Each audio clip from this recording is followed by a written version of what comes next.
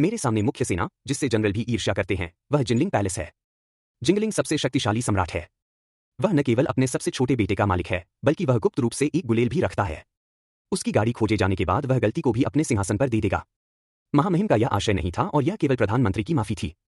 यह देखकर कि उसकी पत्नी ऐसे तट पर गई थी, गुये के पास प्रधानमंत्री को भोजन देने के लिए तुरही खाने के अलावा कोई विकल्प नहीं था, लेकिन झाओ परिवार और उनके बेटे ने इसे जाने देने का इरादा नहीं किया। हालांकि उन्होंने सही तौर पर परवाह न करने का नाटक किया, यूजियान समस्या को जिलिन पैलेस में ले आए। इतना ही नहीं, शतरंज का जो मोहरा घोड़े को लगा, उसे फेंक दिया गया। झाओ और उसके बेटे के गुस्से को शांत करने के लिए पैटर्न स्टॉक को घोड़े की गंदगी के साथ शतरंज के टुकड़े को जिंदा निगलना पड़ा। घोड़े को गोली मारने की इस घटना को वर्चस्व माना गया और इसे शाही मंदिर की घटना के रूप में भी देखा जा सकता है। उसकी भावनाओं को राहत देने के लिए हेसु की नफरत को फिर से जोड़ा गया। हर बार जब पैटर्न स्टॉक को अपमानित किया जाता था, तो वह भूमिगत बाजार में जाता था और लिन को झाओ डन के स्ट्रॉमैन के साथ ऐसा करने देता था। स्ट्रॉमैन के मांस को बेरहमी से काटते हुए देखकर उसे एक पल के लिए शांति महसूस हुई। हालांकि पैटर्न गु के पास आराम करने का एक तरीका है, यह झाओ की चाकू मारकर हत्या का विरोध नहीं कर सकता है।